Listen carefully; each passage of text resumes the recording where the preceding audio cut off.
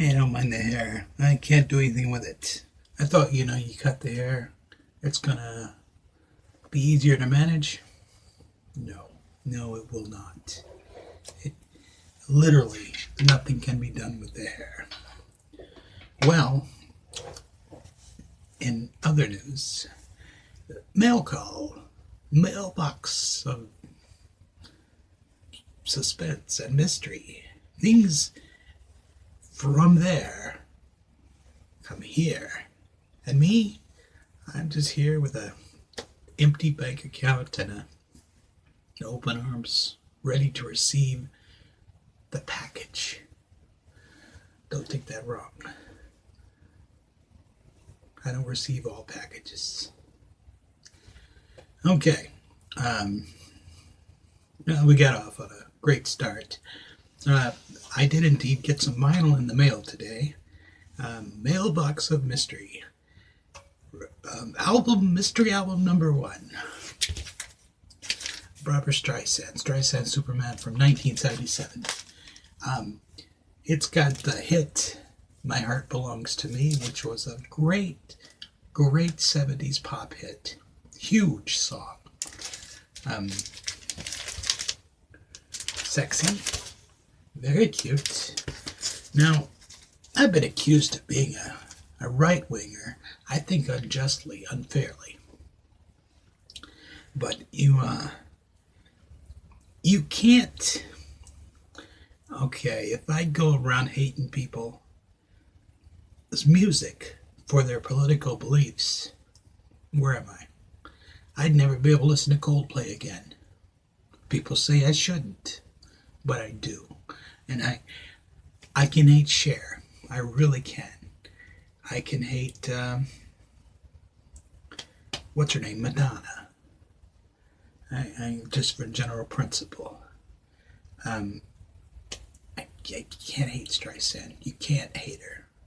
It's not done. I can hate some for movies.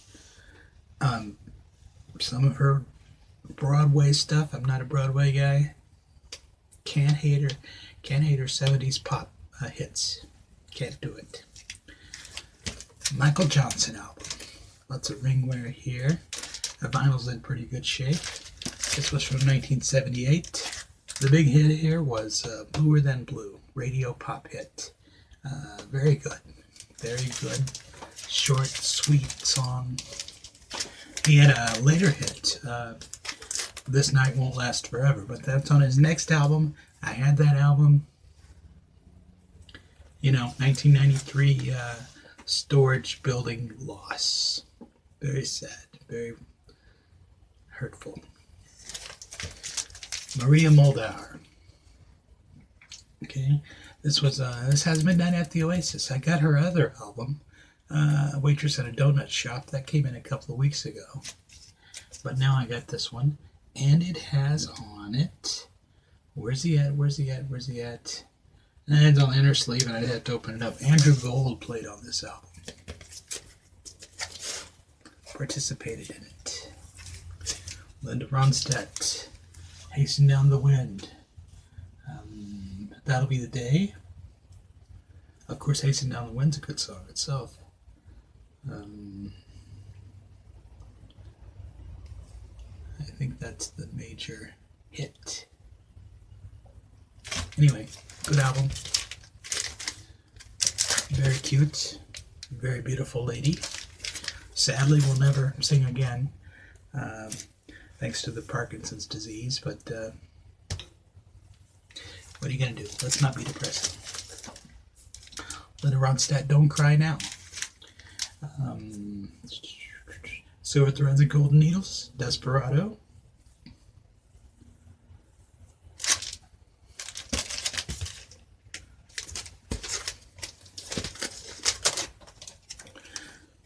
Cat Stevens, Buddha and the Chocolate Box.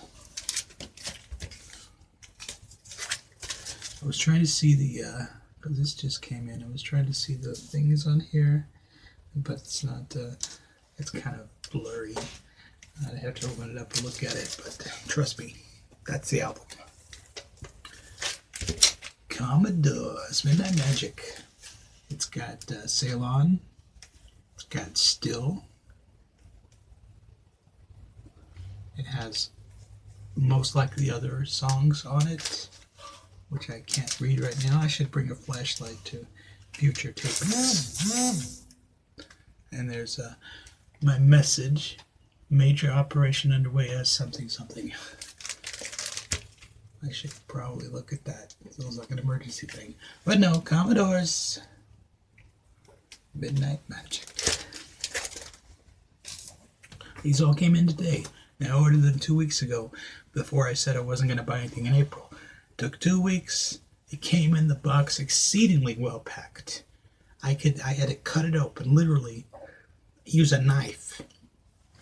It was in 2 sections. And the vinyl was really well protected. A really good job. And these were dollar records. You know, this guy really went out of the way. Took 2 weeks, but still, can't fault him. Eric Carmen, Boats Against the Current. She Did It. That's the hit. This is a weird... Okay, because you would expect the I'm going to take this one out and show you. Okay. Oh, let's see. Let's get the record. Oh, yeah, that's right. It's not here. It's here. Okay, and the vinyl is in here. And the opposite side of what you think it would be. So, if you try to do it the normal way, it would be like this. No, it's going to be like this. And the vinyl is going to... It's all messed up. But it's fine.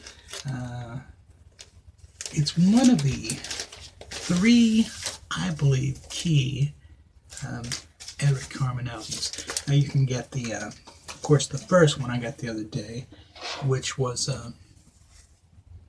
the self-titled 1975 release, I believe, and I got the white label promo on that. I'm not bragging, I'm just stating a fact. And the second one would be this, Boats Against the Current, that's what, 1977, but the third one would be Change of Heart from 1978. After that, he did release a couple more albums. Like he did one in 1980. I think he did also one in 1984. If I see them for $1, I might get them. If I see them for 50 cents, I almost certainly will get them. More than $1? Okay, this last one. When I was a kid, I had and I still have, 4 older sisters, 2 older brothers. I'm the youngest of 7 kids, growing up in the 70s. Okay, and you get a lot of damage. Like my older brother, my oldest brother. Seriously, what's going on? My oldest brother of 2. Big Carpenters, Raspberries, ABBA, ELO fan. I got all that from him. Okay, that's where I learned about all that stuff. All right, my middle brother there, he was a big 8-track guy, and he had a Datsun pickup truck, and he had like Barry Manilow tape. He had he was a DJ at a country station, so he had a lot of country music always around. My dad always listened to country as well, and some of that. Okay, I like Barry Manilow. Sure, who doesn't? Okay, sisters. Now, my oldest sister, my 2 oldest sisters, I didn't really pick up any music from them. Okay, maybe they were just too much older. I don't know. I don't know how that works. Okay, but my 2 youngest sisters, they had the records. Okay, my sister number 3. Well, let's go with sister number 4 first. Big Leif Garrett, Sean Cassidy, those type of characters. She was into that. Okay, I didn't pick any of that stuff up. Although maybe the Sean Cassidy thing, as a side residual from the Eric Carmen songs he recorded, sure, maybe. Sister number 3, okay, probably a bigger influence because she was always getting the teen magazines, 16 in particular, cutting them up. I think it was too late for Donny Osmond, but immediately after that, Bay City Rollers. She was huge, Bay City Rollers, and had all the albums, right? I think now I've got maybe 3 Bay City Roller albums. I know for a fact they switched lead singers a couple of times, and the albums released in America were kind of like the Beatles, were not really the albums, but they cut up and mashed them up and did different things and released them in different contexts here. But this was I believe, a real album. And has Dedication, has Let's Pretend, the Raspberries song, has I Only Want to Be With You, Yesterday's Hero, which is a good song, Don't Worry Baby, the Beach Boys song, and Dedication, which is probably the best song on the album. I really like that. And anyway, the Bay City Rollers, weird number of lead singers, mixing, matching, firings, quittings, drugs, teenage groupies, all that kind of crap, right? And they, after this album, this had, who was the lead singer? Les. I believe Les was his name. Les. Anyway, he quits or gets fired, goes out on his own. Put another guy in there. There's Ian, there's Patrick, I think there's another guy. Somebody comes back, somebody leaves. It's all weird. Okay, Scottish band, right? You expect it to be weird. The end of the Bay City Rollers thing is the weirdest part, because they, in very late career, released the couple of albums that are kind of heavily drug influenced or related, and they become the Rollers. And now if you check it out and look on the Wikipedia, I think there are 3 different bands now that are Bay City Rollers.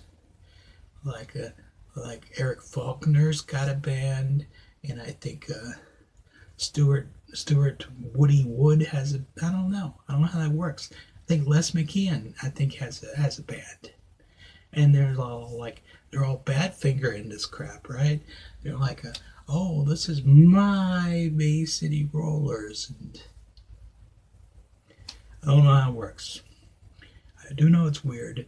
I do know, at best, the music was just passable. Again, I was listening to AT40, American Top 40, the other night, a classic from 1976, and they said, Casey said, this new band, I'm not doing the impersonation, the Bay City Rollers are being compared to the Beatles, and they're being, hopes are for them that they'll be as huge and get the reception that the Beatles did, and it'll be very big. It was for about 10 minutes. That's such is the price of fame, as they say. Anyway, I'm going to actually wrap this up early. This is amazing, because it wasn't much of a package. My package wasn't big enough. Alright, well, they make that obvious. Okay, now I'm going to try this again.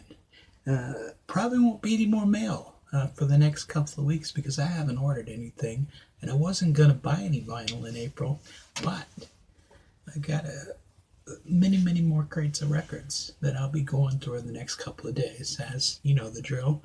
And I'll hold them up here, like I'll do this this thing here just with this old bare metal record. I'll hold it up and I'll say, "This is the record," and make a sarcastic comment on it, and upload it, and 3 people will see it. That's the way we work here. It's the way it should be. Vinyl Community 2019 shout out. Okay, I'm gonna push this button and let the magic happen.